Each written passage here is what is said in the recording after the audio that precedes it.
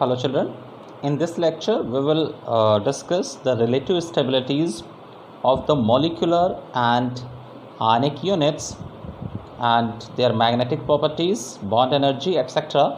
on the basis of their bond order. So the first is relative stabilities, bond energy, bond length and magnetic properties of N2 plus, N2 minus and N2 2 minus and N2 units. Okay, so for this discussion first we will write molecular orbital configuration of all the units. Okay students, then on the basis of molecular orbital configuration we will find out the bond order of the related unit.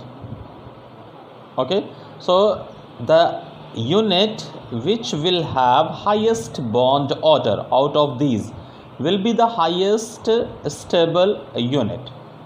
Okay, and for bond energy, the highest bond order will be proportional to bond energy, means higher the value of bond order, greater will be the bond energy, and again this bond energy will be proportional to stability.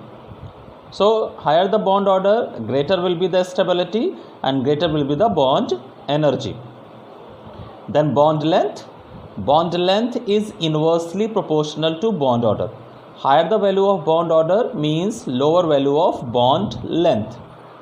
Okay, and magnetic properties, as you all know that magnetic properties of the related unit will depend upon the number of unpaired electrons.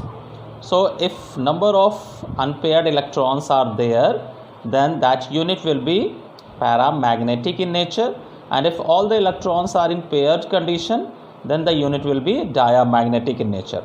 Okay, and the unit which is having greater number of unpaired electrons will be more paramagnetic than the unit which is having lesser number of unpaired electrons. Okay, so in this way we can compare all these units and other units also of in similar way. Okay, so in this part these are the units. So first we will write the electronic configuration, then bonding electron and anti-bonding electron. So according to this configuration, these are the bonding orbital which is written without a star sign. So total number of bonding electrons will be 2 plus 2 4, then 2 8, okay, and 2 10. So 2 bonding electrons, 2 to 4 to 6 to 8 and 1 9. So total number of bonding electrons are 9 and anti-bonding electrons 2 and 2 4. So the bond order will be bonding minus anti-bonding electrons divided by 2. So it will be 2.5.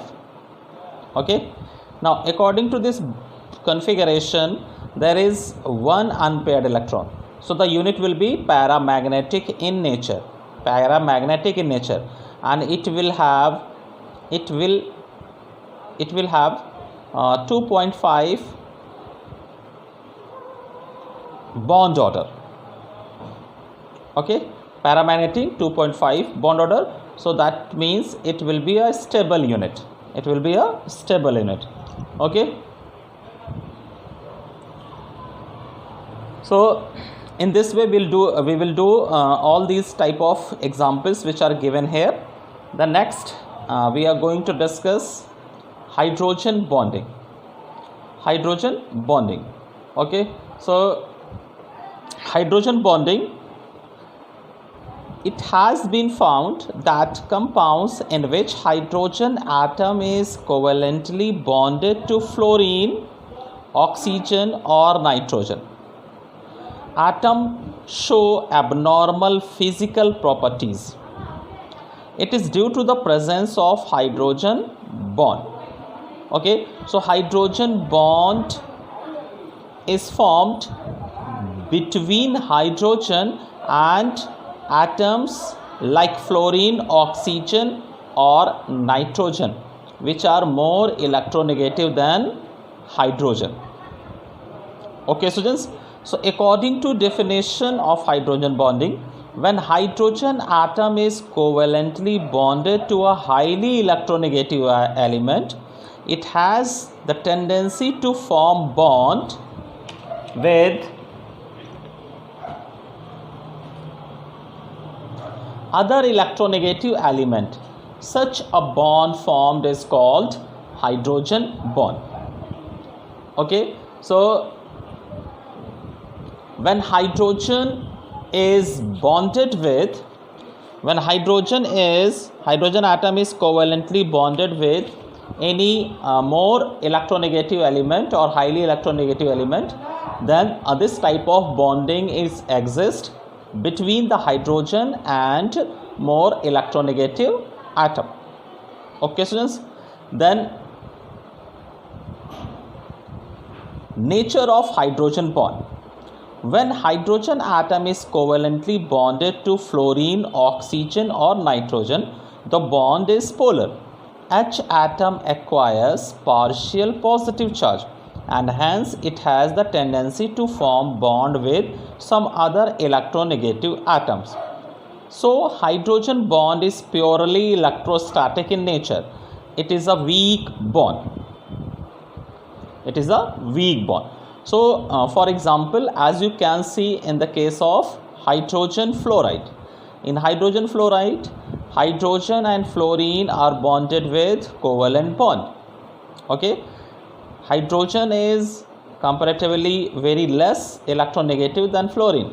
So the fluorine site of the molecule will be partially negatively charged, and against to this partial negative charge, hydrogen will be partially positively charged.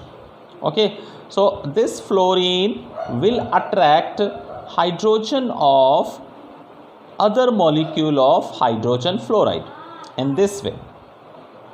Okay, so a type of electrostatic force of attraction will be exerted between the atom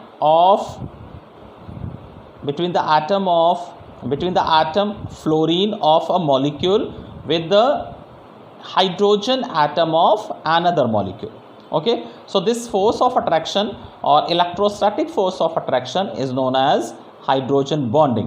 Why? Because always one participating atom is hydrogen in this relation or in this bond. Okay, same way in water molecules, this partially positive charge hydrogen atom of the water molecule is attracted by partially negatively charged oxygen atom of another molecule of water. So this electrostatic force of attraction will be known as hydrogen bonding. Okay, and same way in alcohols also. Okay, then after this, the most important point, that hydrogen bond never involves more than two atoms. So always in hydrogen bonding, one side of the bond there will be hydrogen, and the other side of the bond there will be atom which is more electronegative than hydrogen, like fluorine, oxygen or nitrogen. So the force of attraction which is exerted between the hydrogen and the atoms of such elements known as hydrogen bonding. Okay, so this hydrogen bonding can be defined in this way also. So according to the second definition, hydrogen bond can be defined as the attractive force which binds H atom of one molecule with the electronegative atom of another molecule. Okay, so electronegative atom of another molecule or the same molecule. Okay students, so on this basis only there are two types of hydrogen bonding. there are two types of hydrogen bonding. One is intermolecular hydrogen bonding. Intermolecular. So this type of hydrogen bonding is present between the two molecules. Like in water molecule, in water, this hydrogen bonding is present between the two molecules. Hydrogen of this particular molecule is get attracted by oxygen of this molecule. So such hydrogen bonding is known as intermolecular. And the second type hydrogen bonding is intramolecular hydrogen bonding, in which the hydrogen atom of the same molecule is get attracted by more electronegative atom of the same molecule. So such type of hydrogen bonding which is present within a molecule is known as intramolecular hydrogen bonding, as in orthonitrophenol, orthonitrophenol, orthofluorophenol. Orthofluorophenol is also having intramolecular hydrogen bonding. Okay, students. Now, since a closed ring is formed through hydrogen bond, intramolecular hydrogen bond is also called chelation. So, due to the formation of this ring-like structure, due to intramolecular hydrogen bonding, this intramolecular hydrogen bonding is also known as chelation, means cyclic structure, chelation. The next heading is effect of hydrogen bond on physical properties of the compound. Okay, so the first point, boiling point of ammonia is greater than phosphine. Why? Because ammonia molecules are get associated through hydrogen bond, whereas phosphine molecules do not form hydrogen bond. Okay, students. The next point, at room temperature, H2O is present in the form of liquid due to the presence of intermolecular hydrogen bonding, whereas H2S is found in gaseous state. The next point, molecular mass of ethyl alcohol and dimethyl ether is same. Even then, ethanol is liquid at room temperature and dimethyl ether is gas. Okay, why is it is so? Because ethanol is having intermolecular hydrogen bonding, whereas dimethyl ether is not having such type of intermolecular hydrogen bonding. Okay, students. Also, ethanol is having a greater boiling point than dimethyl ether due to intermolecular hydrogen bonding. Or you can say that dimethyl ether is more volatile than ethanol. Or you can say ethanol will be less volatile than dimethyl ether. Okay, so you know that more volatile substances or liquids are having a less boiling point. The next point, the boiling points of monocarboxylic acids is higher than expected. Why? Because molecules of monocarboxylic acids can dimerize in this way due to the hydrogen bonding. Okay, and you can see that here this carboxylic acid molecules are forming two hydrogen bonds. Each molecule is forming two hydrogen bonds. In one hydrogen bond, carboxylic oxygen is attracting hydrogen of hydroxy group of other molecule, and in second bond, hydrogen of hydroxy group of first molecule is get attracted by oxygen of other molecule. Okay, so due to this hydrogen bonding, molecules of monocarboxylic acids get dimerized, and that is why their boiling point is higher. The next point, HCl is gas while hydrogen fluoride is liquid. Why? Because hydrogen fluoride is having intermolecular hydrogen bonding. Intermolecular hydrogen bonding. Okay, students. Then para-nitrophenol is more soluble than ortho-nitrophenol. Why?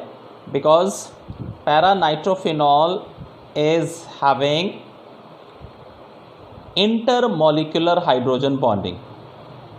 Okay, it is because para-nitrophenol forms intermolecular hydrogen bond with water and dissolves in it. In ortho-nitrophenol, the groups are involved in intramolecular hydrogen bonding. Okay, students. So the difference is that para-nitrophenol form hydrogen bonding with water molecule, whereas ortho-nitrophenols are having intramolecular hydrogen bonding already. So para-nitrophenol will be soluble in water, whereas ortho-nitrophenol does not. Then the boiling point of para-nitrophenol will be greater than ortho-nitrophenol, because para-nitrophenol is having intermolecular hydrogen bonding, whereas ortho-nitrophenols are having intramolecular hydrogen bonding. So due to the intramolecular hydrogen bonding in ortho-nitrophenol, it will be more volatile. Okay, students. Then ice, which is a solid form of water, floats on its liquid form, that is water. Why? Because ice is having a more extensive hydrogen bonding, or you can say that more number of hydrogen bonding. That is why ice form porous structure, and due to these pores, the density of ice will be less than its liquid form, and that is why ice floats on water. Okay, students. And same way, the volume of water liquid form is less than its solid form ice. Volume of liquid form water is less than its solid form, that is ice. Why? Because ice is having more extensive hydrogen bonding, and due to that porous structure, so always the volume of same amount of ice will be greater than its liquid form water. Okay, students. So these are the some importance of hydrogen bonding. Okay, students. Thank you.